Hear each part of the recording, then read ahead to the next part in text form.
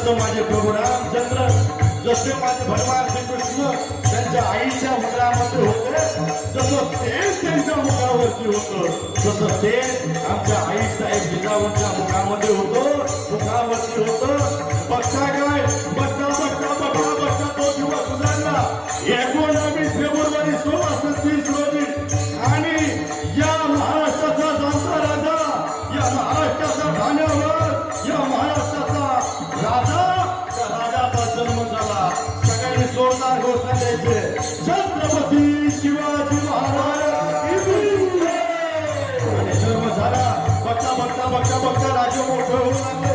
आणि राजांना आई साहेबांनी दुसरं काही शिकवलं नाही, राजाला एकच शिकवलं, घोड्यावरती बसवायचं. आता आम्हाला दानपट्टा घ्यायचा, गावा